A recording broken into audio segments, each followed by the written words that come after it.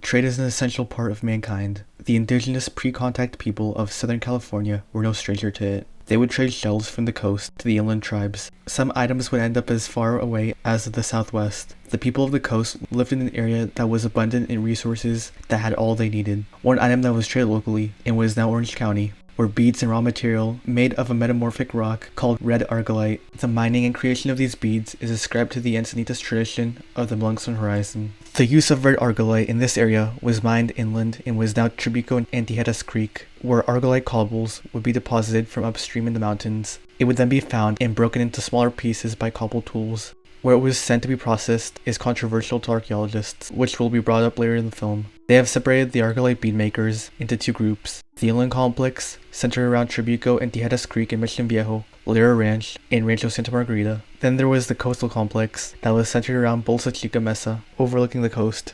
When analyzing the Argillite beads, archaeologists noted that went into the crafting of the beads. First, the raw material. The second stage was a flake or core with little modification. The third stage was a blank that was shaped with percussion and or ground into a rough form. In the fourth stage, it was shaped into its final form without a hole. The fifth stage was a partially drilled bead. The sixth and last stage was the finished bead. There were a few different bead shapes found besides the circular disc shape. They also came in square and tubular shapes. Pendants were also made and were teardrop shaped with an off-center hole. It is theorized that due to how labor-intensive it was to create these beads, Argillite having been difficult to drill with the tools at their disposal, as well as transport, they would have been only available to the upper classes of their societies, a visible symbol of their position in the social hierarchy. Red was also an important color in the cultures of indigenous Californians. Interesting to note is that it was key in the cosmology of the early Shoshonians that settled Southern California at the beginning of the first millennium AD, representing the duality of the world alongside the color black.